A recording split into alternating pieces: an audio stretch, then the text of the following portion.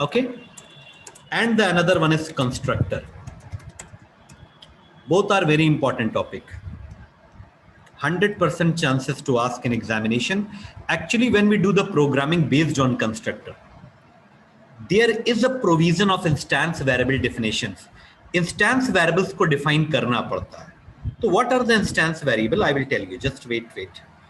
See, पहले हम instance variable को क्यों use करते हैं उसकी एक situation देखेंगे. We will consider a situation. Just I want to open. It's a very important example.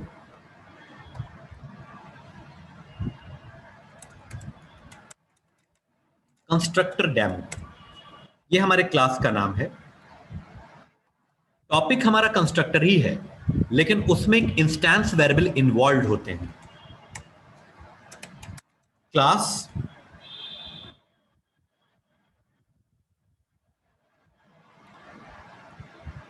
Okay, no problem.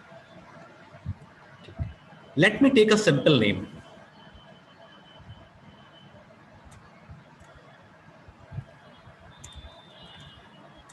XYZ.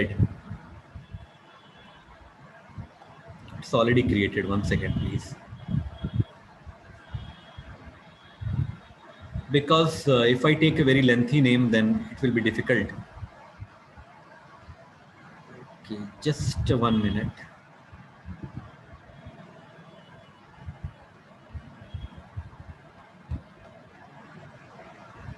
What is my name? Okay, let it be. Constructor demo, no problem. Constructor.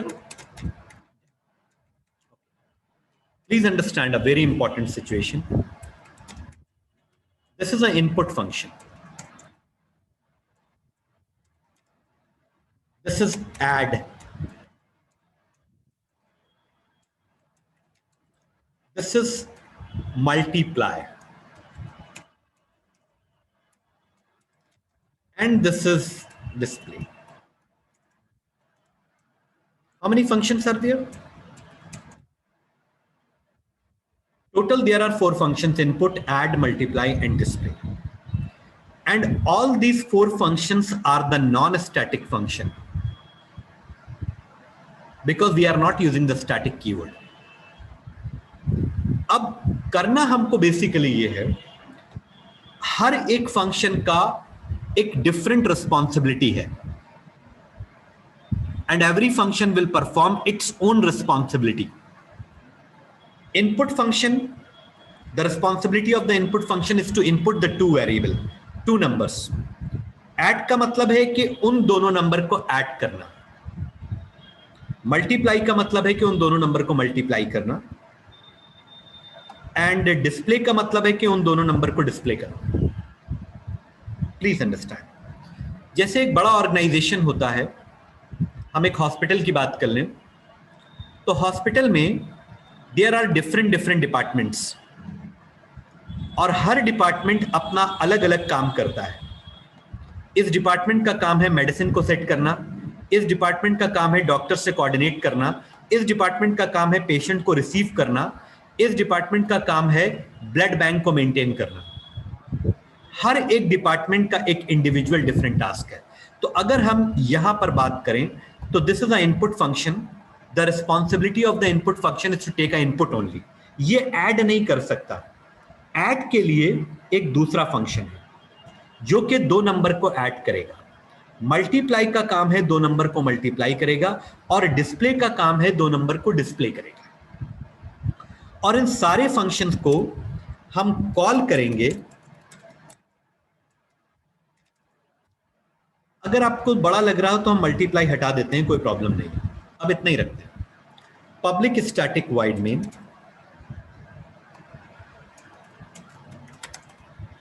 string args, this is the main.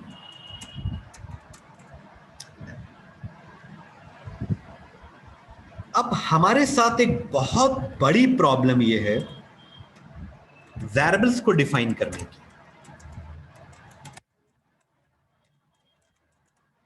Scanner class हमने define कर दिया. Scanner ob is equal to new scanner system. Dot in. Sir input की requirement input function के अंदर है, तो इस scanner को हम इनपुट के अंदर भी ले सकते हैं। Okay correct. अब A comma B, we are just taking the two values as an input. Please, a very important example, please full concentrate on it.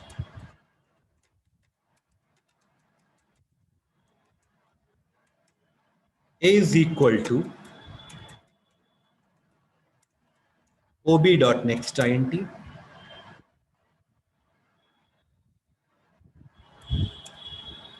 and B is equal to OB dot next int, it's a second number.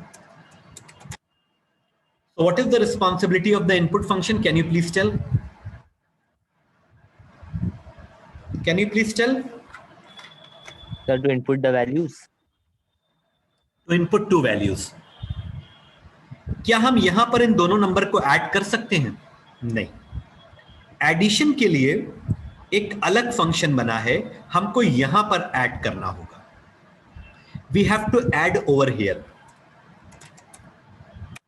किसको add करना होगा? A और B को। तो C is equal to A plus B।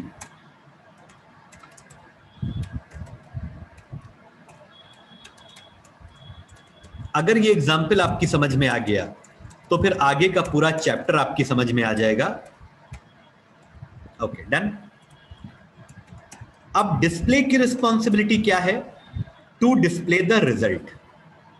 To display the result, sorry, तो ये वाली line यहां पर अलाउड नहीं है। ऐड का काम है सिर्फ इन दोनों नंबर्स को ऐड करना। डिस्प्ले इसकी पार्ट ऑफ रिस्पॉन्सिबिलिटी नहीं है। यस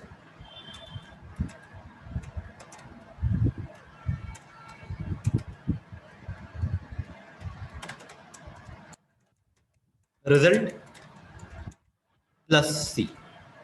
ओके, अब हम सबसे पहले कौन सा फंक्शन कॉल करेंगे?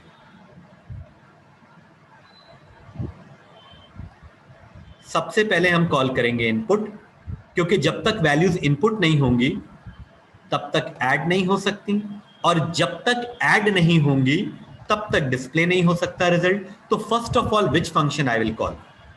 Input, then after that on the second number add, then on third number display।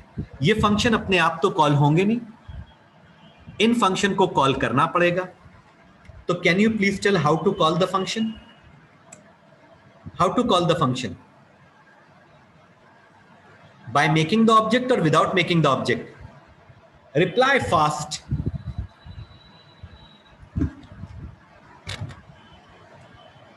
Reply fast. So by making the object. Why?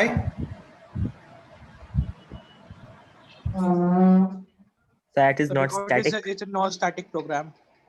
Very good. See, I'm just writing one thing prerequisite of constructor. प्रीरिक्विजिट्स का मतलब समझते हैं? आपको क्या चीजें मालूम होनी चाहिए? You must have the idea of function. Second, you must know the difference between static and non static function. और ये दोनों चीजें हम आपको पढ़ा चुके हैं। फंक्शन ओवरलोडिंग अगर आपको नहीं भी आती है या कमांड नहीं भी है तो कोई प्रॉब्लम नहीं, उसकी हमें जरूरत नहीं। बट फंक्शन और स्टैटिक और नॉन स्टैटिक के बीच में डिफरेंस आपको मालूम होना चाहिए, तब इस चैप्टर के अंदर आप सरवाइव कर सकते हैं। अच्छा ठीक है, किसी ने आंसर दिया, वेरी गुड। अगर फंक्शन नॉन स्टैटिक है सर तो बिना ऑब्जेक्ट के कॉल नहीं हो सकता, तो ऑब्जेक्ट बनाइए। तो how to create the object?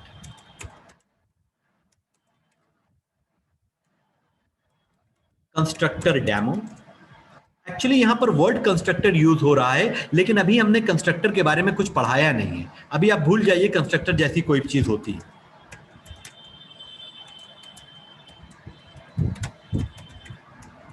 Object is created. Now, which function I have to call? Input. Then which function I have to call? Add. After that, which function I have to call? Understand? क्या ये programme perform करेगा?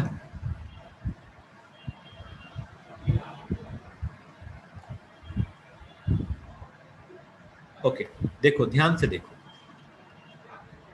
अगर हम इसे compile करते हैं, look at the error. ये error तो डिफरेंट काइंड की एरर है। import java.util.asterisk. Let me compile. See, this is the major error जो कि हम आपको समझाना चाहते हैं। What error is exactly? A cannot find the symbol A. Cannot find the symbol A. आपने A को कहां डिफाइन किया है? इनपुट फंक्शन के अंदर। तो A and B are the local variable. It cannot be used outside the input function. Can you please confirm? अगर आपने A और B को इनपुट फंक्शन के अंदर डिफाइन किया है, तो आप A और B को इनपुट के बाहर डिफाइन नहीं कर सकते, because they are local variable. Can you please confirm? हम इस A और B को यहां यूज कर रहे हैं, जो कि पॉसिबल नहीं है। Look at the problem. अगर यहां पर यूज नहीं हो सकता, तो यहां पर भी यूज नहीं हो पाएगा। लेकिन यहां पर हम किसको यूज कर रहे हैं? सी को यूज कर रहे हैं, and C is defined inside the add. तो जब हम कोई वेरिएबल किसी फंक्शन के अंदर डिफाइन करते हैं, तो that variable can only use inside that function due to local nature of the variable. This point is clear to all of you? This point is clear to all of you? Can you please confirm? क्या ये बात सबको clear हो गई है? Yes, sir. A और B को हमने इनपुट के अंदर डिफाइन किया है, तो we cannot use outside the input function and we are using the AB here, जो कि पॉसिबल नहीं।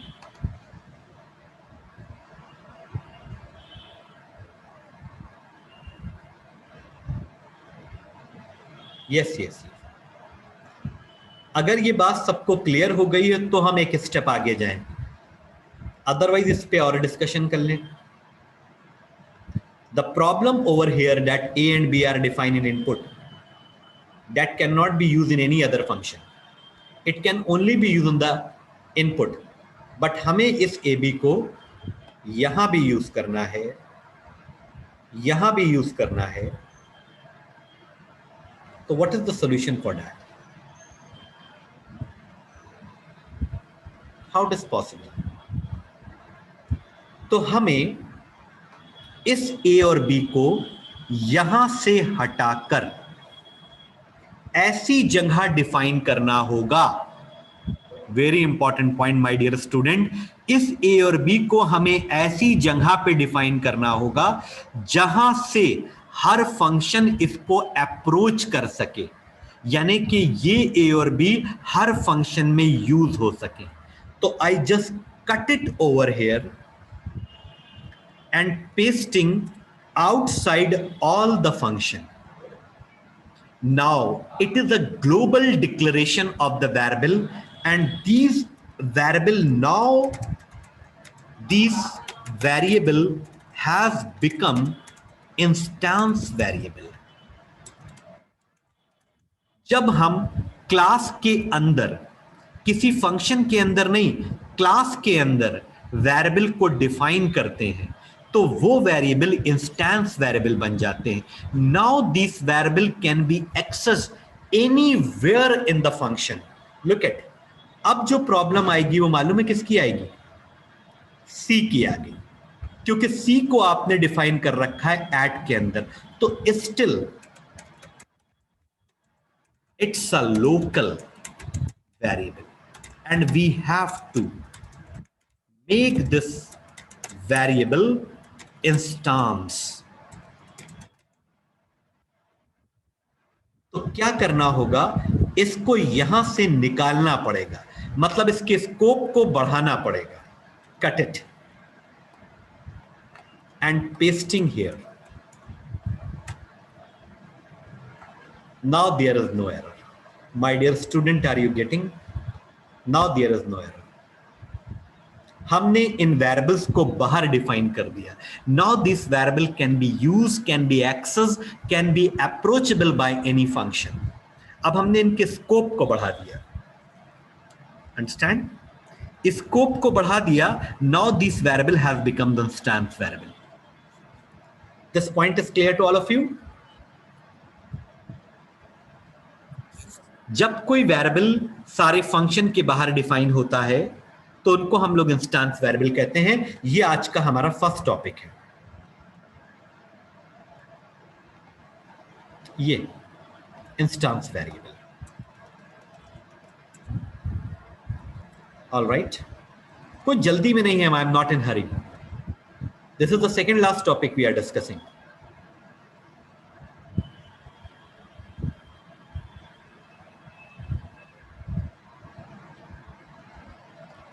नहीं, सारे वेरिएबल बाहर डिफाइन होंगे। यहां पे अगर हम बाहर डिफाइन करते हैं तो किसी भी फंक्शन के अंदर इन वेरिएबल्स को हम यूज कर सकते हैं। They are global. आपने वर्ड तो सुना होगा ग्लोबल। ग्लोबल का मतलब होता है जो पूरे वर्ल्ड में कहीं से भी एक्सेस हो जाए। और कोई चीज होती है लोकल, जो कि एक पर्टिकुलर सिटी या पर्टिकुलर कंट्री में यूज होती है। ओके, जैसे अगर हम वर्ल्ड वाइड वेब की बात करें, यानी Google is a global website. ऐसा नहीं कि मेरे घर में ओपन होगी, आपके घर में नहीं होगी, पूरे वर्ल्ड में कहीं भी ओपन हो सकती है, बिकॉज इट्स अ ग्लोबल। हाँ, अगर आप मेन में डिफाइन करते हैं, गुड क्वेश्चन, अगर आप मेन में डिफाइन करते हैं तो मेन भी तो एक फंक्शन है। देखो, ये भी तो एक फंक्शन है। ये इस ब्रैकेट के ओपनिंग से इस ब्रैकेट के क्लोजिंग तक इतना फंक्शन है ये। तो अगर आप इसको कट करते हैं और मेन में डिफाइन कर देते हैं लाइक दैट, तो अब ये ABC सिर्फ इस ओपन ब्रैकेट के इस क्लोजिंग ब्रैकेट के बीच में यूज हो सकते हैं, बाकी किसी भी फंक्शन में यूज नहीं हो सकते। मतलब it can not be use over here, it can not be use over here. सबसे पहली एरर आपकी यहीं आ जाएगी। सी आ गई, can not find the symbol variable A, यानी कि ये ए को अप्रोच नहीं कर पा रहा है, ए तक पहुंच नहीं पा रहा है। अंडरस्टैंड? तो only my dear student, there is only a single position of this variables is here. केवल आपको यही डिफाइन करना पड़ेगा, तभी ये सारे फंक्शन में एक्सेसिबल हो सकता है। Can you please confirm? Can you please confirm?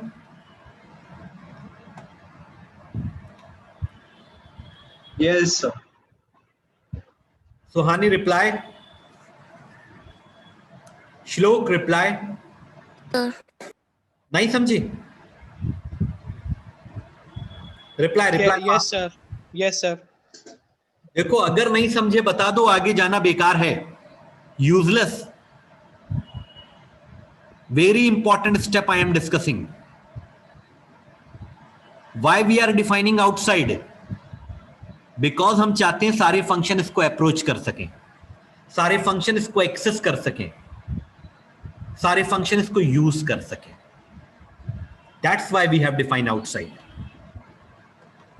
Sir, we have defined outside any functions. Of what about giving them values? ये देती ना इनपुट, इनपुट से आ गई वैल्यू, यहाँ पे ये इनपुट हो रही ना No, value. sir, but the values are in the values are given in the input function and can be used in any function. yes, because variable are outside ना, variables are outside, तो इनमें जो value आएगी वो भी कहीं भी use हो सकती है, वो कोई प्रॉब्लम नहीं है, वो कोई प्रॉब्लम नहीं। Okay, sir. अंडरस्टैंड? अभी दिखा रहे हैं आपको, अभी मैंने इसको एग्जीक्यूट नहीं किया था, आप लोगों से बात करने लगा। सी 2 and 3 कौन सा फंक्शन कॉल हुआ? कौन सा फंक्शन कॉल हुआ? Input. इनपुट कॉल हुआ। तो अगर इनपुट कॉल हुआ, प्लीज वेरी डिटेल्ड डिस्क्रिप्शन, तो ए की वैल्यू क्या हो गई, बी की वैल्यू क्या हो गई? 3. Say yes or no? Value हमने किसमें इनपुट कराई? इनपुट फंक्शन के अंदर। नाउ जैसे ही हम एंटर करेंगे, इन दोनों वैल्यूज का कैलकुलेशन कहां होगा? ऐड में, और फिर उसके बाद डिस्प्ले के अंदर ये दो वैल्यू डिस्प्ले होंगी। Understand? You are getting the result 5, that means add हो चुका है। अब आप एक काम, ऐड हो चुका है तभी तो 5 रिजल्ट आया। अगर ऐड फंक्शन ना कॉल हुआ होता तो ये दोनों आपस में कैलकुलेट ना होता। तो calculation is done in add function and display में आपका रिजल्ट डिस्प्ले हो रहा है। हेलो, कौन? अच्छा, अभी मैं ऑनलाइन क्लास ले रहा हूं, अभी हम थोड़ी देर में बात करते हैं आपसे, ठीक है? Okay, do you understand this concept? Global approach, yes sir. तो स्टूडेंट की समझ में आ गई ये बात। ओके, श्लोक, is it clear? Yes, sir. Okay, not fine. तो कोई भी वेरिएबल, कम से कम यार आसान वर्ड में बात कर लो, कोई भी वेरिएबल अगर हम बाहर डिफाइन करते हैं, यहां पर बाहर का मतलब है क्लास के अंदर, लेकिन सारे फंक्शन के बाहर, तो ये वेरिएबल ग्लोबल बन जाते हैं, ग्लोबल इंटायर द क्लास। तो अब ये किसी भी फंक्शन के अंदर यूज हो सकते हैं। अगर कोई चेंज हम किसी फंक्शन के अंदर करते हैं, जैसे मान लो a की वैल्यू, तो ये चेंज हमने a और b में करा, तो सेम चेंज अब अगर आप यहां पर इनको ऐड कर रहे हैं, तो ये जो वैल्यूज हमने चेंज की हैं, यही वैल्यूज c के अंदर ऐड होंगी, मतलब 4 + 2 6। और इस c को अगर हम यहां पर प्रिंट करते हैं रिजल्ट में, तो जो चेंजेस आपने किए हैं that will be print. Clear? अब अगर हम कंस्ट्रक्टर की बात करें तो अब आपकी समझ में आ जाएगा। Now I am talking about constructor. Very important.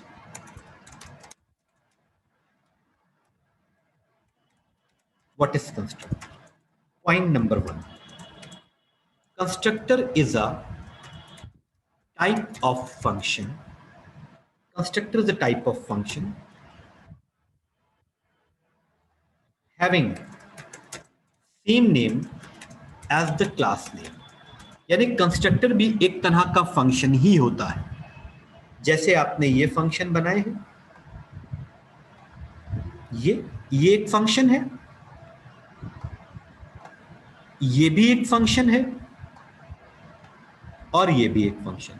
तो कंस्ट्रक्टर भी एक तरह का फंक्शन ही होता है, but having same name as the class name, मतलब जो कंस्ट्रक्टर आप बनाएंगे उसका जो नाम रखा जाएगा वो क्लास के नाम के ऊपर रखा जाता है। मतलब कंस्ट्रक्टर का नाम और क्लास का नाम सेम होना चाहिए, तभी कंस्ट्रक्टर बनेगा। I will discuss more points, just wait. अभी तो ये टॉपिक स्टार्ट हुआ है। Constructor is a type of function having same name as the class name. Point number 2, it does not have any return type, not even void. मतलब function का कोई भी return type हो सकता है, लेकिन कंस्ट्रक्टर का कोई भी रिटर्न टाइप नहीं होता. फॉर एग्जाम्पल, जैसे हम यहां डिफाइन करते हैं INT,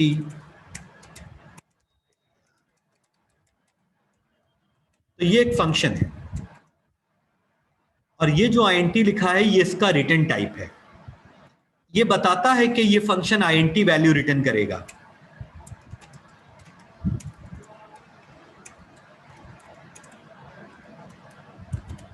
ये भी एक फंक्शन है जिसका रिटर्न टाइप void है. इसका मतलब है कि this function will not return any value. Sujeet Patheriya. Okay, so अगर हम कंस्ट्रक्टर की बात करें तो कंस्ट्रक्टर का कोई भी रिटर्न टाइप नहीं होता, नॉट इवन void. अब इंपॉर्टेंट पॉइंट, कंस्ट्रक्टर इन्वोक और call automatically when the object is created. जैसे ही आप ऑब्जेक्ट बनाते हैं कंस्ट्रक्टर ऑटोमेटिक कॉल हो जाता है. आपको उसे कॉल करने की जरूरत नहीं पड़ती. Automatic call. फंक्शन को जब तक आप कॉल नहीं करेंगे the function will not call. Function बनने के बाद it has to be call, but the constructor automatically call, अपने आप से कॉल हो जाए. Number 4, it may be parameterize और नॉन पैरामीटराइज.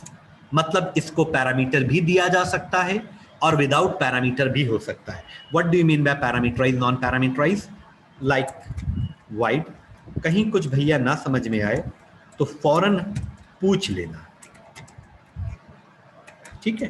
कंफ्यूज माइंड से आगे जाने से कोई प्रॉब्लम, कोई बेनिफिट नहीं.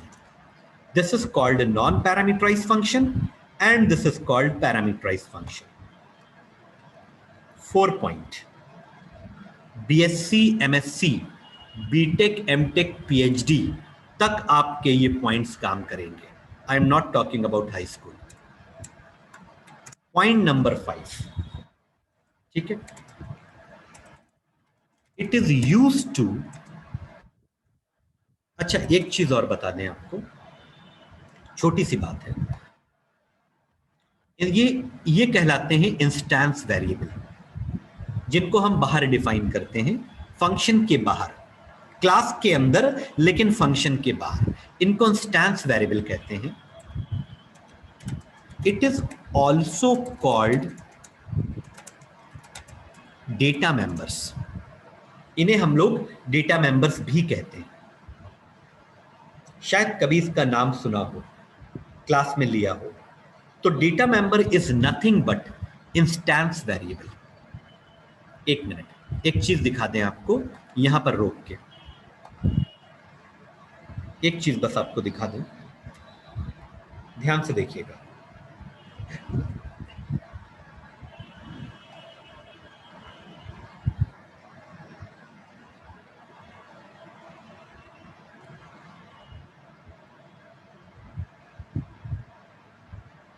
सी, बहुत ध्यान से देखिए. क्वेश्चन नंबर 4 बोर्ड का क्वेश्चन है.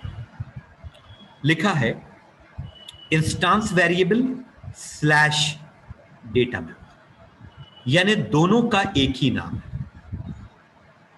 स्ट्रिंग, बी नेम, बुक का नाम, प्राइस, डबल, यानी ये दो वेरिएबल जो हैं वो इंस्टेंस वेरिएबल हैं और इन्हीं को डेटा मेंबर भी कहा जाता है. अब जो हम लोग डिस्कस कर रहे हैं वो यही चैप्टर डिस्कस हो रहा है. तो अगर ये इंस्टेंस और डेटा मेंबर हैं तो it will be global, it can be access from anywhere. अब देखो, क्लास का नाम क्या है भैया? क्लास का नाम क्या है? क्लास का नाम क्या है? सामने लिखा है भैया, सर्किल भी कर दिए। Book fair. ठीक है, अगर थोड़ा सा बातचीत हमसे करते रहोगे तो ज्यादा ठीक है। Book fair. अगर इसी नाम से, क्लास का नाम क्या है? Book fair. अगर इसी नाम से कोई फंक्शन डिफाइन हो जाए तो उसे कंस्ट्रक्टर कहा जाता है। क्या कहा जाता है? कंस्ट्रक्टर। अब देखो नीचे आए, ये तुम्हारे फंक्शन डिफाइन है। तो देखो, इसको देखो, ये एक फंक्शन है, इसको देखो, ये भी एक फंक्शन है, लेकिन ये जो फंक्शन है वो क्लास के नाम के साथ डिफाइन है, तो it's not a function, it's a constructor. आगे लिखा भी है कंस्ट्रक्टर। कंस्ट्रक्टर अगर क्लास का नाम और फंक्शन का नाम सेम हो तो उसे कंस्ट्रक्टर कहते हैं। दूसरी पहचान क्या बताई थी हमने? दूसरी पहचान क्या बताई थी? एक पहचान और बताई थी हमने। Does not have written type, not even Does void. not have any written type, not even void. क्या इस कंस्ट्रक्टर का कोई रिटर्न टाइप है? देखो, इस फंक्शन का रिटर्न टाइप है void, इस फंक्शन का रिटर्न टाइप है void, लेकिन इस कंस्ट्रक्टर का कोई भी रिटर्न टाइप नहीं, not even void. Shlok, are you there?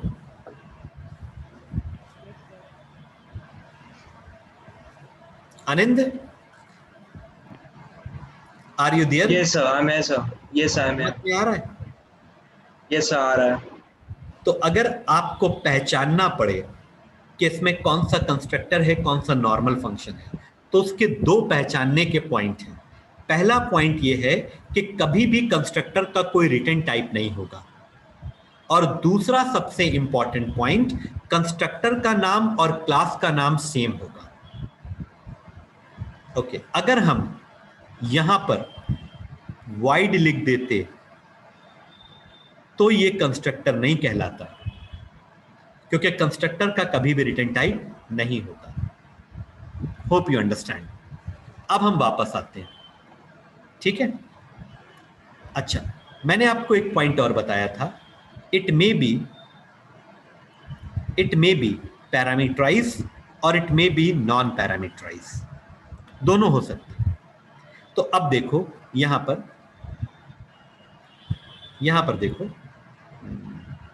Paper की बात अगर हम करें, ये बताओ पैरामीटराइज कंस्ट्रक्टर है कि नॉन पैरामीटराइज कंस्ट्रक्टर है? ये पैरामीटराइज कंस्ट्रक्टर है या नॉन पैरामीटराइज कंस्ट्रक्टर है? So non-parameterized. If there is no variable defined inside this bracket is called non-parameterized. अगर इन ब्रैकेट के अंदर आप कोई वेरिएबल डिफाइन होता हुआ देखें तो उसको पैरामीटराइज कहा जाता है। बहुत आराम से समझा रहे हैं इस टॉपिक को, क्योंकि हम समझते हैं ना ये आना जरूर है 100%। अच्छा, अब इसका पर्पस क्या होता है? एक चीज और लिख देते हैं, विदाउट नहीं, नॉन पैरामीटराइज्ड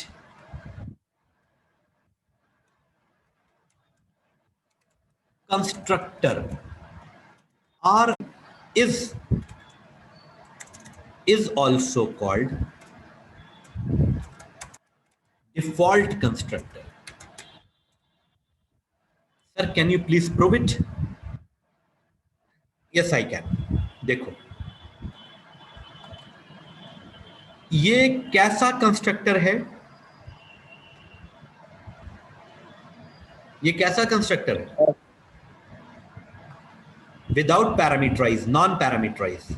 नॉन पैरामीटराइज है? अगर ये नॉन पैरामीटराइज है तो देखो आगे लिखा है default constructor.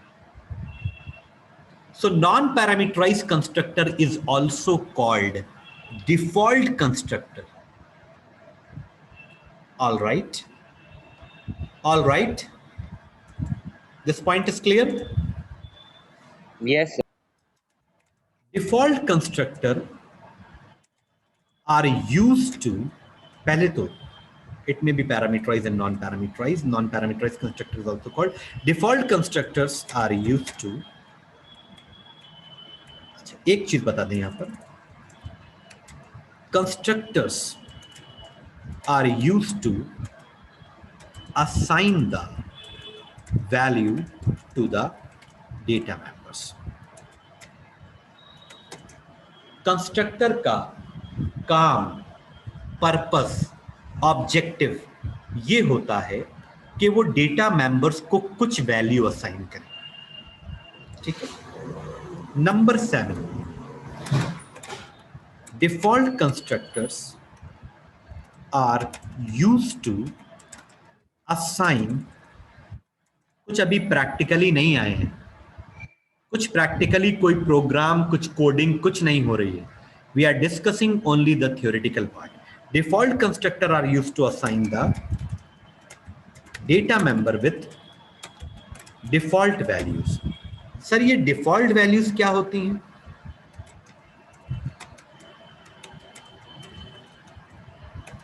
Default value of int is 0.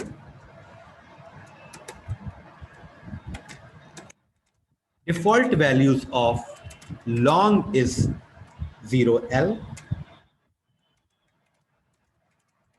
Default value of float is 0.0F. Default value of double is 0.0 और साथ में D भी लगा सकते हैं, कोई प्रॉब्लम नहीं, ना भी लगाएं तो कोई दिक्कत नहीं, ठीक है। अंडरस्टैंड? स्ट्रिंग के लिए हम लोग इस तरह से डिक्लेयर कर सकते हैं, it's a blank initialization of a string. Clear?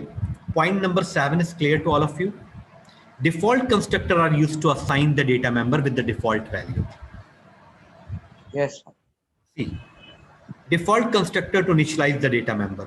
तो अब यहां पे लिखा है default constructors to initialize the data member, तो डेटा मेंबर को कौन सी वैल्यू इनिशियलाइज करेंगे, ये डिपेंड करेगा कि डेटा मेंबर हैं कौन से। देखो एक स्ट्रिंग है,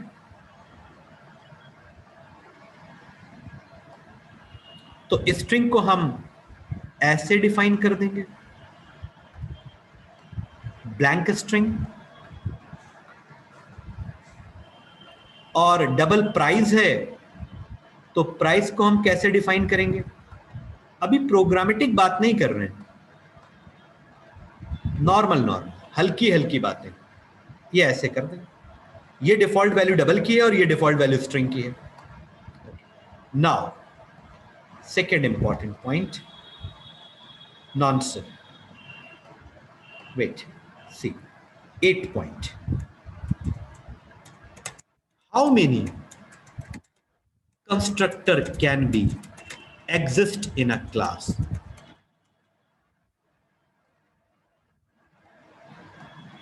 How many constructor can be exist in a class? ET. There is no limit. N number of constructor can be defined inside the class. जितने चाहें उतने कंस्ट्रक्टर आप बना सकते हैं. More than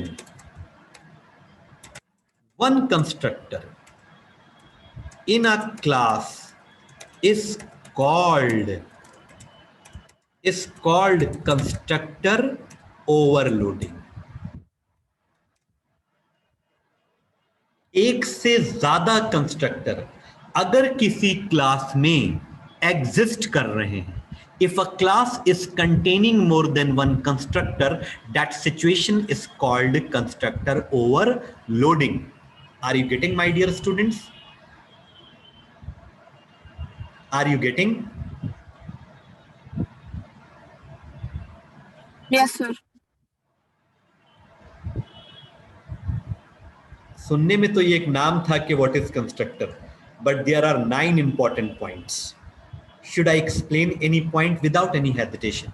मुझे कोई चीज दोबारा बताने में ड्राई रन करने में, रिपीटेशन में कोई प्रॉब्लम कभी नहीं होती। प्रॉब्लम आपको होती है जब आप क्वेश्चन पुटअप नहीं करते। Excuse me, sir. Yes, yes. If you have any problem in speaking, you can type your query. So can you please explain the default value point again? हर एक डेटा हर एक हमारा जो डेटा टाइप होता है, there are 8 data types होते हैं ना, byte, short, INT, long, float, double. उनकी कुछ डिफॉल्ट वैल्यूज होती हैं। डिफॉल्ट वैल्यूज का मतलब है कि अगर हम कोई वैल्यू असाइन ना करें तो वो कौन सी वैल्यूज एक्सेप्ट करते हैं। ठीक है, जैसे कि बूलियन की भी डिफॉल्ट वैल्यू होती है। जैसे बूलियन वेरिएबल जे है तो बूलियन की डिफॉल्ट वैल्यू होती है फॉल्स। अगर हम कोई वैल्यू असाइन ना करें तो ये वैल्यूज उसमें रहती हैं। लेकिन कंस्ट्रक्टर अगर डिफॉल्ट है तो इन्हीं वैल्यूज को हम दोबारा फिर इसमें स्टोर कर देते हैं। बस ये पर्पस है। द कंस्ट्रक्टर पर्पस ये है डिफॉल्ट कंस्ट्रक्टर का, reassign the default values to the data member. Understand? ये होती है, मतलब ये। अभी हम इनकी डिफॉल्ट वैल्यूज को चेक करना भी बताएंगे।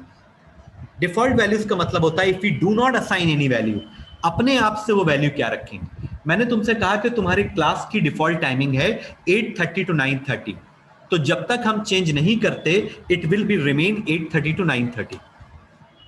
जब हम चेंज कर देंगे तो फिर नई वैल्यू आ जाएंगी। Alright, now how many constructor can be, समझ में आया Suhani? Are you there? Yes, sir. Okay, okay. Any other person have any doubt?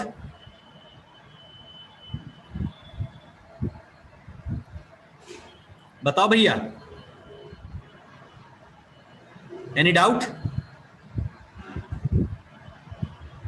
Anand, any point should I re-explain? Madhav, No, sir, it's clear. all the points are clear. It's very good, very Yes, good, sir. excellent. ठीक है sir, data members and variables are the same thing. Yes yes, नहीं, data members and instance variable are same thing, variables are not same thing. अगर कोई variable आप यहां पे define कर देते हैं, मान लीजिए ऐसे, तो ये भी वेरिएबल है, तो इसको डेटा मेंबर नहीं कहा जाएगा। उन डेटा मेंबर्स को इसको इंस्टांस वेरिएबल नहीं कहा जाएगा, उसको इंस्टांस वेरिएबल कहते हैं जो बाहर डिफाइन हो, और इंस्टांस वेरिएबल को ही डेटा मेंबर्स भी कहा जाता है। ये लोकल वेरिएबल है, इट्स कॉल्ड लोकल वेरिएबल। इसे आप इनपुट के बाहर यूज नहीं कर सकते, रिस्ट्रिक्शन है इसके साथ, ठीक है, बाउंडेशंस हैं, नहीं कर सकते।